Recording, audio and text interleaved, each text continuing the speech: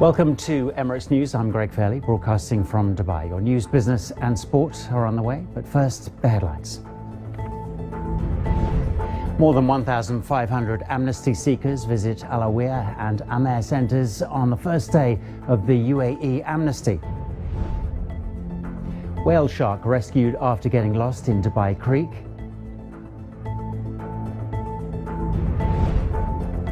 In business, London court rules DP World Djibouti contract valid and binding. In the sport, Britain's Johanna Konta reaches the third round of the Silicon Valley Classic.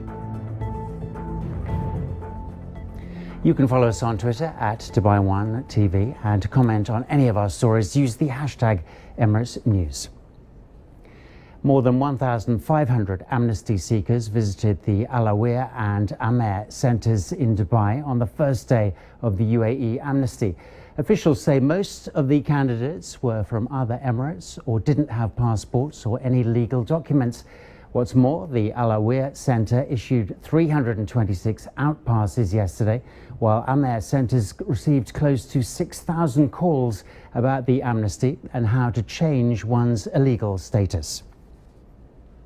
A whale shark has been rescued after getting lost in Dubai Creek.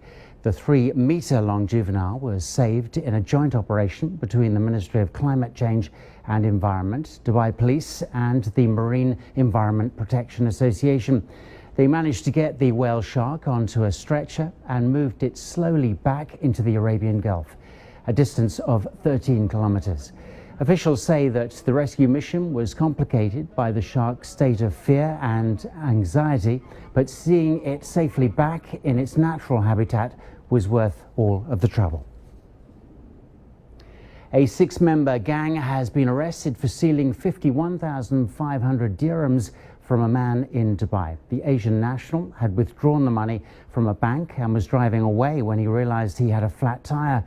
While replacing it, the gang stole the cash from inside his vehicle. Police investigations revealed that they had been targeted by the gang, who had also punctured his tire. The gang members were quickly tracked down and referred to the public prosecution. A truck driver has been rescued following a serious crash caused by speeding in Ajman. The man, who was driving a cement mixer, escaped with only moderate injuries after his vehicle overturned, leaving him trapped inside. Ajman Civil Defence were able to rescue the Asian motorists on Wednesday night using the Jaws of Life hydraulic system and a crane. Officials have appealed to motorists to follow speed limits and slow down near exits and intersections. Dubai Municipality has carried out a 2-day workshop to train pet shop employees in a push to prevent animal mistreatment. More than 80 workers took part in the course that also aimed to increase the hygiene level of pet shops and reduce health risks to the wider community. What's more, participants were also taught local and international laws regarding animal welfare. Pharmacies in the capital have been instructed to dispense generic medicine to all patients, and people who ask for a specific brand will have to pay the difference in price. As according to the Abu Dhabi Department of Health, who say the new regulation aims to boost the local and regional pharmaceutical industry while offering customers more choice. The new rule will come into effect from the 1st of September. Time now for a break. The business news is on the way next, and a London court rules DP World Djibouti contract valid and binding.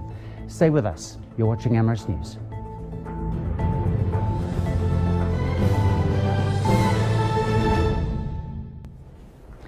Welcome back to Emirates News. Our top story tonight: more than 1,500 Amnesty seekers visited the Al Awiyah and Amer centres in Dubai on the first day of the UAE Amnesty. Time now for the business news.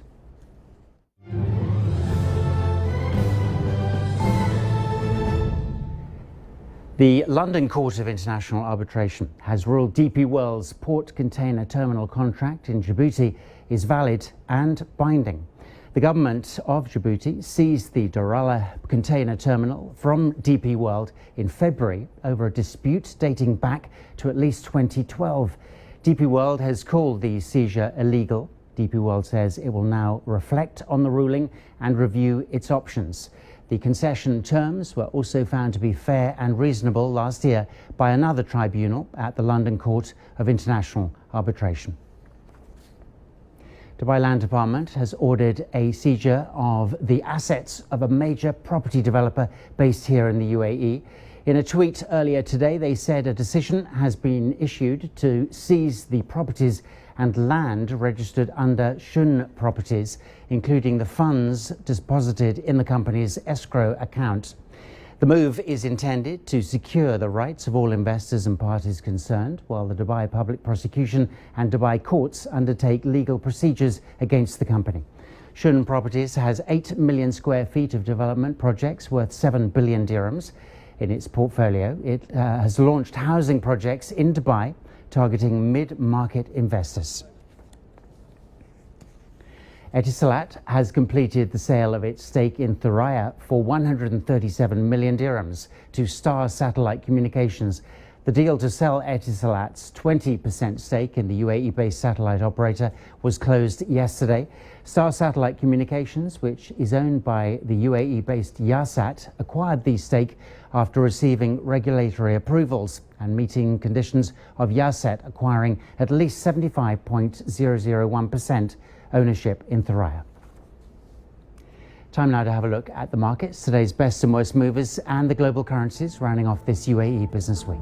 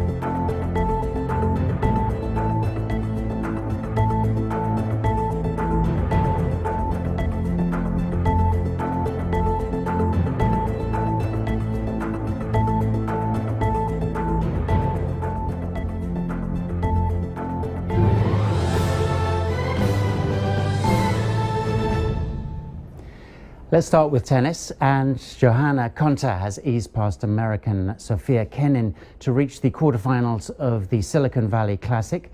The British number one struck 9 aces in a 6-1, 6-4 victory. Konta continued her dominance over the American competition a day after handing Serena Williams the worst loss of her career. The 27-year-old, who was a champion at the tournament 2 years ago, will face fourth seed Elise Mertens of Belgium next.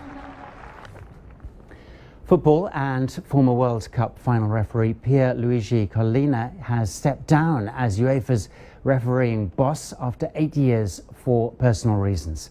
According to European soccer's governing body, Collina achieved major advances in the professional handling of referees.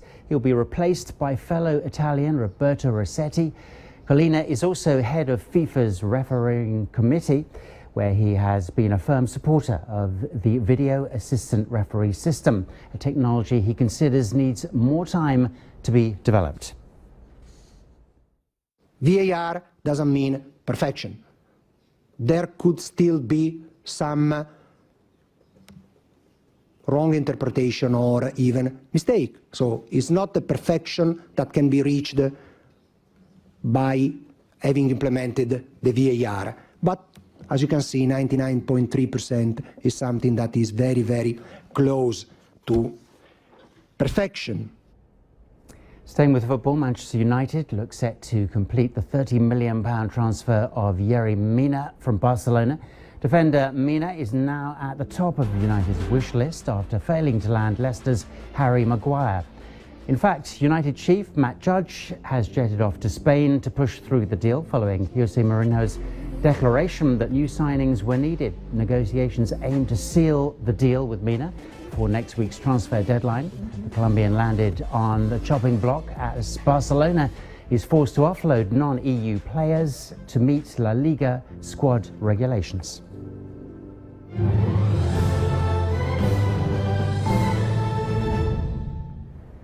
And finally, stargazers will be in for a treat this month as Dubai's skies are set to be lit up once more, but this time with the Perseid Meteor show.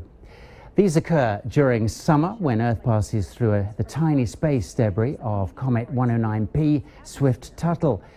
This results in up to 100 meteors per hour firing up and creating streaks in the sky. This year's Perseid meteor shower will be at its peak on the nights of August 12th and 13th. Interested skywatchers can join Dubai Astronomy Group at a Perseid meteor shower party in Al Qudra Desert, with the show getting underway after midnight. Keeping our fingers crossed there for a clear night then. With that, we end tonight's bulletin. Have a great evening and weekend, everyone. We'll be back again on Sunday. But for now, thanks for watching.